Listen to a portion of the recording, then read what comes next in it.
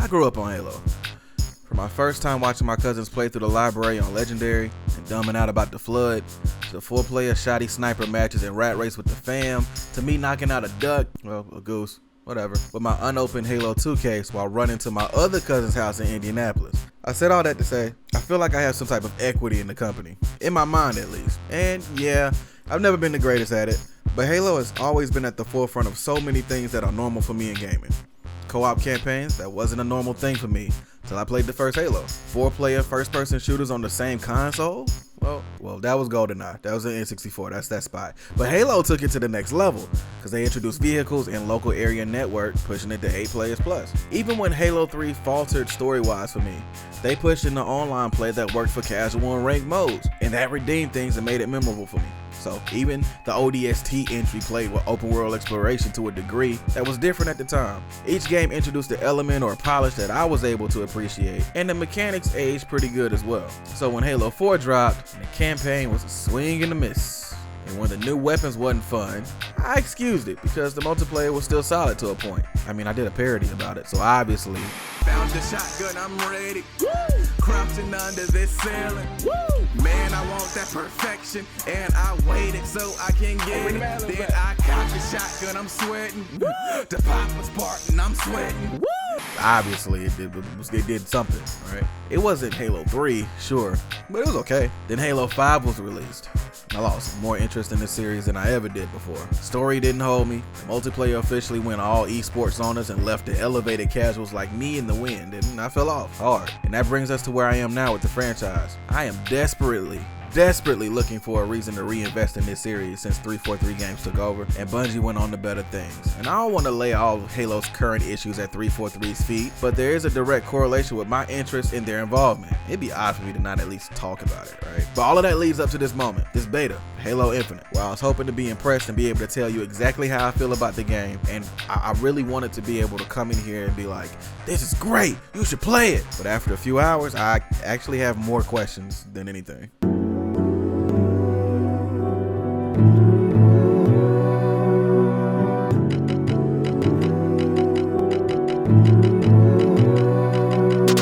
It's me!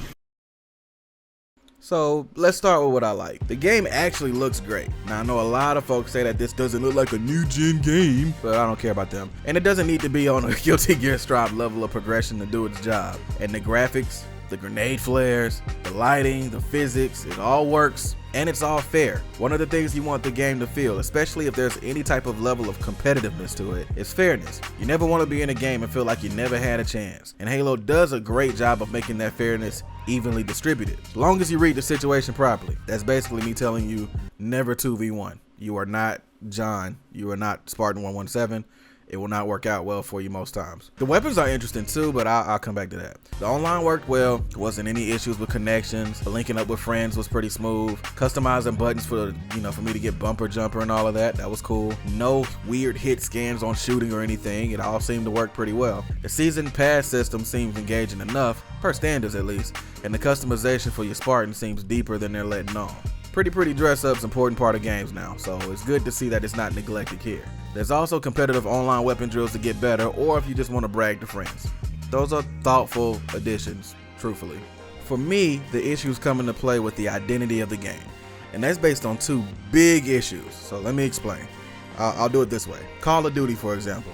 It's a reaction-based Twitch shooter. If someone hits you in COD, you have maybe a second to react accordingly if their shots are on. If their shots on, you have no chance. But the guns and kill streaks are what push the game towards its frantic nature, so you know when you're playing COD, it's some shenanigans gonna happen. It's gonna be pretty quick, you know how that goes. Destiny 2 is more about the powers and the allure of it, right? Gunplay is great, and it always has been, even when Bungie bungled everything else until, to get Destiny to the sweet spot it's in right now. And the gunplay carries, but the powers, that space powers, space wizards, Void Arc Singe and all that stuff, like that gives the game a little bit more of the identity and it pushes it towards that. I'm not sure what Halo wants to be. But right now, it's lovely if you love chucking grenades all day. Throw them before entering a gunfight. Throw them during. Throw them as you die. Throw them while running away. Throw them around corners. Throw them at the beginning of the match when you think you know where they are. Throw them into their spawn. Throw them at weapons on the ground to mess with people trying to pick up other grenades to throw at you. Look, the game leans into the grenades aspect. Again, it's fair because everyone has grenades and they're in abundance. So everyone has the same access to those grenades, but it is evident that if you do not throw grenades here, you are playing the game wrong. I don't remember the initial Halos being that reliant on grenades. Now granted, they were always good, but it seems like that's like the default thing here sometimes. Secondly, the time to kill here is deceptive.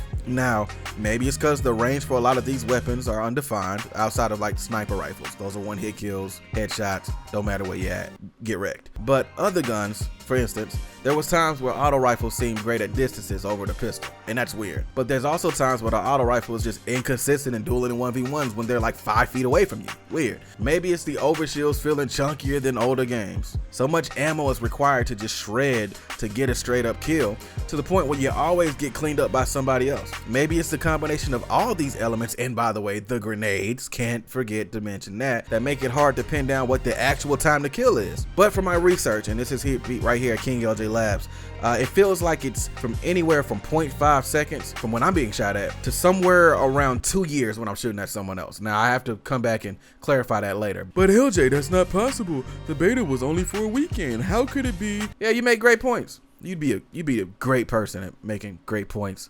You great person, you. Look, at the end of the day, the game isn't bad. That's not what I'm saying. It's definitely not trash, that's for sure. But it's not enough here to grab me right now. And maybe that's because nothing really stood out for me that made me go, wow, outside of a few mishaps. But even the shenanigans are standard Halo fare at this point, right? And you combine that meh feeling with the fact that co-op campaign, the one thing that really roped me into Halo initially, is not available when the game ships on my birthday. I don't know whose idea that was, probably Microsoft, whatever. My point is, as it stands and the state of the game right now, although it's not a bad game, it might not be for me right now. So this could be a skip for me, at least the first few months to March or April when they bring co-op in. But that's just how I feel about it right now. But I want to know what you guys think. Drop a comment below. Let me know if you're hyped for Infinite's release. Do you think I missed it? Y'all tell me. Thanks for listening. If you dig it, be sure to subscribe, tap the bell.